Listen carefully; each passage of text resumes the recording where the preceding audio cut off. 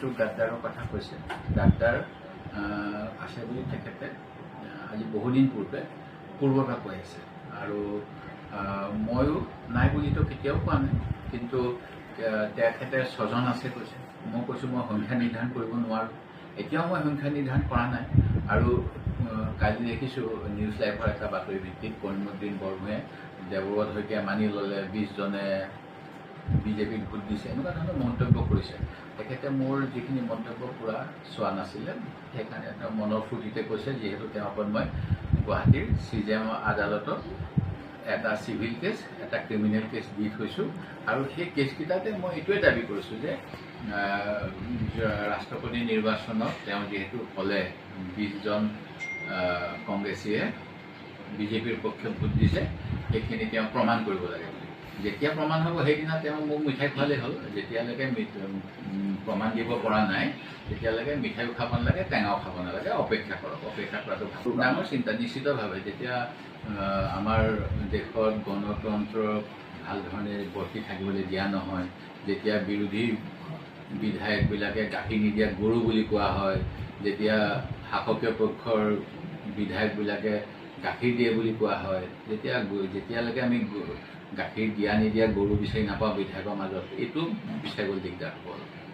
দুইটাই টান। আজি মন্তব্য দিব নোৱাৰিম, প্ৰেচিডেণ্টৰ লগত আলোচনা কৰিম, তাৰপৰা আপোনাক ক'ব নোৱাৰোঁ। প্ৰেচিডেণ্টৰ লগত আলোচনা কৰি ক'ম। এতিয়া পটককৈ 3টা মোৰ আগত ক'বলৈ টান পাইছোঁ ন, এইটো প্ৰেচিডেণ্টৰ আগত ক'ব লাগিব। নাজানো তেওঁলোকৰ নাৰাজ হ'ব হয়নে নহয় ভালকৈ নাজানো। এনেই আপোনালোকৰ যোগেদি কেতিয়াবা জানো ৰাজেন গোহাঁই বেয়া পাই আছে, কেতিয়াবা দেখোঁ ৰমেন ডেকাই বেয়া পাই আছে, কেতিয়াবা কোৱা শুনো বিজয়া বাইদেৱে বেয়া পাইছে।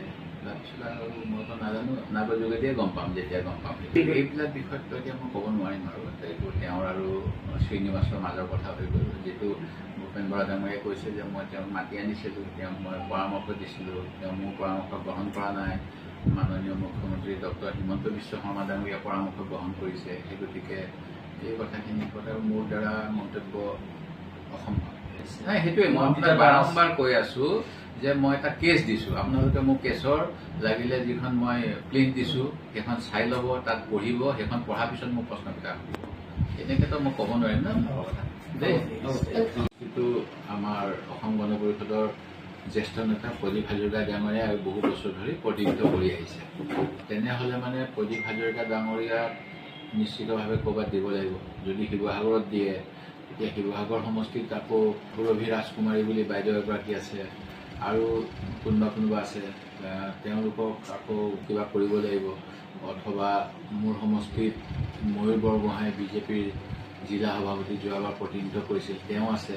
গতিকে এইখিনি কিমান দূৰ এইটো অনুমানহে হয় বুলি ভাবোঁ, নিশ্চিত হোৱা নাই বুলি মোৰ অনুভৱ। ৰাইজৰ কথা, ৰাইজে মোক যদি ভোট দিব বিচাৰে দিব, মইতো নিজে ক'ব নোৱাৰোঁ। কিন্তু আমগুৰি সমষ্টিৰ এটা অংশ আগতেও নাজিৰা সমষ্টিত আছিলে।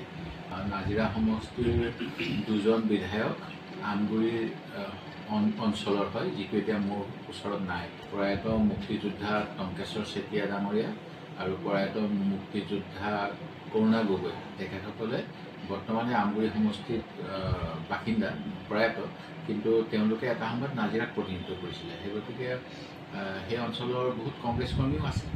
ইণ্টাৰগ্ৰেশ্যনটো য'তে ত'তে হ'ব পাৰে। তেওঁক যদি তেওঁৰ এতিয়া আহিবলৈ অসুবিধা হয়, মই ভাবোঁ নিৰ্বাচনৰ কাৰণে তেখেতে কেম্পেইন কৰি আছে। সেই গতিকে বোধ কৰোঁ অসম পুলিচে তালৈ গৈ ইণ্টাৰগ্ৰেট কৰিলেও একো বেয়া নহয়। আৰু দ্বিতীয়তে এই কথাটো বহুত চাবলগীয়া। মই ভাবোঁ যে আমাৰ ৰাজ্যত চব নিবনুৱা বহুত আছে। এই নিবনুৱাবিলাকে মহাৰাষ্ট্ৰ, কৰ্ণাটক, পশ্চিমবংগ, নতুন দিল্লী, হাৰিয়ানা বিভিন্ন ৰাজ্যত গৈ ছাৰ্ভিচ ইণ্ডাষ্ট্ৰীত কাম কৰি আছে। আজি অংকিতা দত্ত ডাঙৰীয়ানীৰ যিটো অভিযোগ, এই অভিযোগটো সত্যাসত্যতাটো প্ৰমাণ কৰিবলৈ আমি যাব লাগিব ছত্তীশগড়লৈ। ছত্তীশগড়ৰ পৰা প্ৰমাণ নোহোৱাকৈ যদি গ্ৰেপ্তাৰ কৰাৰ নিচিনা কৰে, তেতিয়াহ'লে কৰ্ণাটকত কাম কৰি থকা অসমীয়া যুৱক যুৱতীসকলৰ বাবেও কিছু চিন্তাৰ কাৰণ হ'ব বুলি ভাবোঁ, যদি পোৱা অভিযোগত তেওঁক গ্ৰেপ্তাৰ কৰা হয়। কাৰণ ইয়াৰ পূৰ্বে জিগ্নেশ মেৱানীয়ে গুজৰাটী ভাষাত কিবা কৈছিল আৰু অসম আৰক্ষীৰ মহিলাগৰাকীয়ে কৈছিলে যে মোক বেয়া ব্যৱহাৰ কৰিছে। তেতিয়া বৰপেটা চিভিল মেজিষ্ট্ৰেটে তেওঁ কিমান ভৎসনা কৰিছিলে অসম আৰক্ষীগৰাকীক, তুমি কেনেকৈ চিট বুজি পালা, তোমাক অশালীন মন্তব্য দিছে বুলি সুধিলে। গতিকে চৰকাৰী মানুহে মিছা কথা কৈ জিগনেশ মেৱানীক ফচাব বিচাৰিছিল। ঠিক তেনেকৈ হাফলঙত কিমান জিগনেশ মেৱানীৰ বাতৰি চাই মই নাজানো, তাৰ গোচৰৰ ভিত্তিত অসম আৰক্ষীয়ে তেওঁক লৈ যাব বিচাৰিছিল। আকৌ পৱন খেৰা তেনেকৈ ক'ৰবাত বেনাৰছত এটা মন্তব্য দিছিল। আৰু আকৌ কাৰ্বি আংলঙত কোনোবাই সেইটো নিউজ চাই পেলাই একদম মানে তৎপৰভাৱে অসম আৰক্ষীক দিল্লীলৈ পঠাই দিছিল, ট্ৰেইনৰ পৰা নমাই দিছিল। গতিকে অসম আৰক্ষীয়েও কিছু ভাবি চিন্তি কাম কৰক, এই মোৰ অনুৰোধ। কাৰণ মই ভুল শুদ্ধৰ বিচাৰতে যাব লাগিব। অসমীয়া অনা অসমীয়া যদি আমি যিকোনো ক্ৰাইম বা যিকোনো কথাত চাওঁ, মই এইটো বৰ শুদ্ধ বুলি নাভাবোঁ। সেই গতিকে অসমীয়া জীয়ৰী, অনা অসমীয়া জীয়ৰীয়ে আৰু কোনেও এনেকুৱা বেয়া কাম কাৰো লগত কৰিব নালাগে।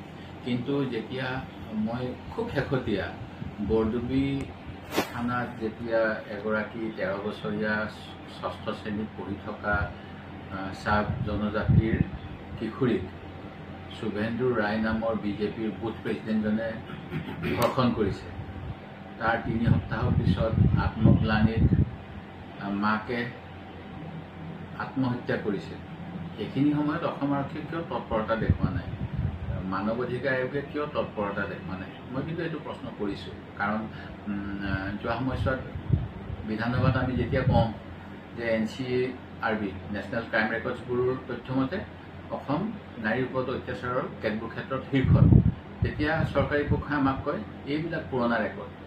এতিয়া পুৰণা ৰেকৰ্ড নতুন ৰেকৰ্ড মই এই বিতৰ্কত নোসোমাওঁ, কিন্তু আইন সকলোৰে বাবে সমান হ'ব লাগে, মোৰ এইটোৱে চৰকাৰৰ প্ৰতি অনুৰোধ। আৰু মুখ্যমন্ত্ৰীয়ে কংগ্ৰেছৰ কথা গম পোৱাটো সম্ভৱ নহয়। মই যিটো গম পাইছোঁ, তেওঁ চ'কজ নটিচৰ ৰিপ্লাই দিছে। ৰিপ্লাইত তেওঁ যিখিনি অভিযোগ তেওঁৰ ওপৰত আহিছে, তেখেতে নিজেও LLB, তেওঁ চাগে সেই উত্তৰটো ভাল ধৰণে দিয়া নাই। আৰু সেইকাৰণে যিখিনি কৰিব লাগে তাৰ আমাৰো এখন ৰুল বুক আছে। যেনেকৈ আইনে আইনৰ পথ ল'ব বুলি কৈছে, আমাৰ সংবিধান আছে ভাৰতীয় জাতীয় কংগ্ৰেছৰ, আৰু সেই সংবিধান অনুসৰি যিখিনি কৰিব লাগে। মইতো এইবিলাক মন্তব্য দিবলৈ মোৰ ইমানখিনি কেপাচিটি নাই, কাৰণ মই তেওঁৰ ৰিপ্লাই দেখা নাই, মোক দিয়া নাই। আৰু তেওঁৰ চৌকজখন মই দেৰিকৈ দেখিছোঁ, কিন্তু মই দুটা বস্তু দেখিছোঁ, চৌকজ এখন দিয়া দেখিছোঁ, আৰু শ্ৰীনিবাস বোলাজনে তেওঁলৈ পঠোৱা কাৰণ দৰ্শোৱা জাননীখন দেখিছোঁ। সেই দুইখনতে কিছুমান কথা আছে, সেই দুইখিনি মিলাই পেলাই তেওঁ এটা উত্তৰ দিব লাগিছিল। চাগে সেই উত্তৰ দিয়া নাই বা দিছে, সেইটো কথাটো মই ক'ব নোৱাৰিম। আৰু মই এইটোৱে ধৰিছোঁ যে আমি যদি প্ৰশ্নৰ উত্তৰ হয়, প্ৰশ্ন হয়, উত্তৰ হয়, উত্তৰ ভাল হ'লে নম্বৰ পোৱা যায়, উত্তৰ বেয়া হ'লে ফেইল কৰা যায়। তেওঁ উত্তৰো সেই উত্তৰখিনি দিয়া নাই। আপোনালোকে ভালকৈ তেখেতক বা কাৰোবাক সুধিব। মই ভাবোঁ এনেকুৱা মানে আমি কংগ্ৰেছে অন্যায় কৰিছে, কংগ্ৰেছে নিৰপেক্ষ ভূমিকা লোৱা নাই, এনেকুৱা এটা ধাৰণা বিৰোধী ৰাজনৈতিক দলে দিলেও মই কংগ্ৰেছী হিচাপে সেই কথা বিশ্বাস নকৰোঁ। আৰু আপোনালোককো সত্যৰ ওপৰতে বাতৰি কৰিবলৈ অনুৰোধ জনাইছোঁ।